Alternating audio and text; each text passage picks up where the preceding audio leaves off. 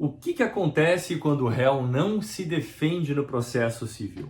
Vamos falar sobre esse assunto hoje, aqui nos 5 minutos de processo. Anteriormente, a gente já falou sobre os requisitos ou características, como queiram, que a contestação precisa observar, para que o réu faça prevalecer a sua versão, as suas alegações e que ele seja a parte vitoriosa na demanda. Hoje a gente vai conversar a respeito do instituto da revelia. Então, o que é a revelia? A revelia, em primeiro lugar, é um instituto peculiar, né, que se aplica ao réu que não se apresenta a tempo no processo. O que eu quero dizer a tempo? Existe um prazo, que a gente já comentou, para que o réu apresente a sua contestação. Se ele apresentar essa contestação depois desse prazo ou não apresentar contestação, enfim, dentro do prazo, ele será considerado revel.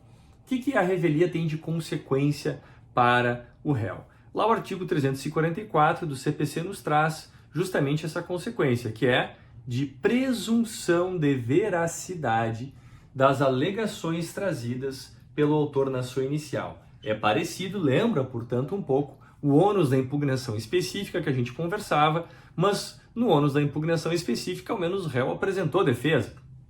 Aqui a gente está falando de uma situação na qual o réu simplesmente não apresenta defesa alguma no prazo que lhe é designado. É claro, né, pessoal, que eu não estou imaginando aqui que houve uma citação nula, que há algum problema nessa fase do processo. Para que possa realmente se consolidar a revelia, a citação tem que ter sido perfectibilizada com todos os seus requisitos legais. Bom, mas e aí? O réu não se defendeu. Quer dizer que o autor ganhou o processo? Evidentemente que não existe um julgamento automático de procedência da demanda. É muito importante frisar isso, porque a revelia ela é uma presunção relativa. Em primeiro lugar, ela admite prova em contrário. Tá? E, em segundo lugar, a revelia ela se dá sobre os fatos e não sobre o direito, ou seja, ela é diferente do reconhecimento jurídico do pedido, que a gente vai falar um pouquinho mais adiante. Ela é, portanto, algo que se opera tão somente sobre os fatos. É possível que o réu seja revel e a demanda ainda assim seja julgada improcedente. Por quê? Existem vários motivos para isso. Vamos ali para o artigo 345 do CPC e ver que, às vezes, o réu pode não apresentar a sua defesa e ainda assim a revelia não ter os efeitos previstos lá no artigo 344.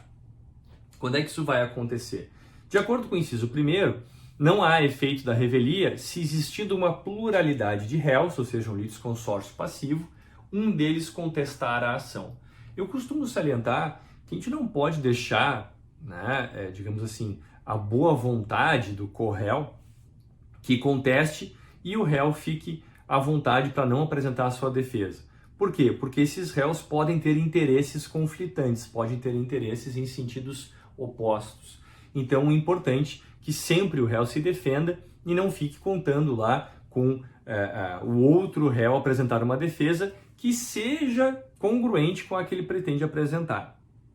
Também, na mesma linha do que trazia lá o artigo 341, não há revelia se o litígio versar sobre direitos indisponíveis. Tá? Então, também não há revelia nesse aspecto. O inciso 3º também traz de novo o que trazia lá o 341, que há a necessidade de que a inicial esteja acompanhada dos elementos probatórios que sejam da substância do ato.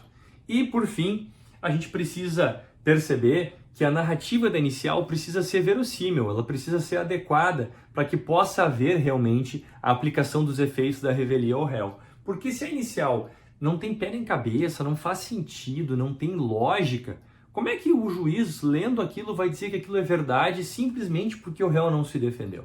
Então, a inicial também precisa trazer uma exposição clara e coerente dos fatos para que possa haver as consequências da revelia. Agora, é importante dizer o seguinte: o réu, que é revel, não é proibido de participar na demanda. Ele pode se apresentar no processo, desde que se faça representar, né, adequadamente por advogado, se for necessário, e ao mesmo tempo, participar da produção de provas. Tá? O artigo 349 traz isso. Ele pode ter perdido o prazo para contestar, mas está presente na audiência de instrução. ele pode estar presente na perícia. Então é muito importante perceber o seguinte: a revelia não significa que o réu está proibido de participar. Ele vai participar do processo no estado que se encontra o processo a partir do instante que ele se lhe faça representar adequadamente. Ele poderá recorrer, questionar, participar da produção probatória, desde que se faça representar a tempo. Tá bem, pessoal? É isso aí. Nos vemos no próximo vídeo dos 5 minutos. Obrigado!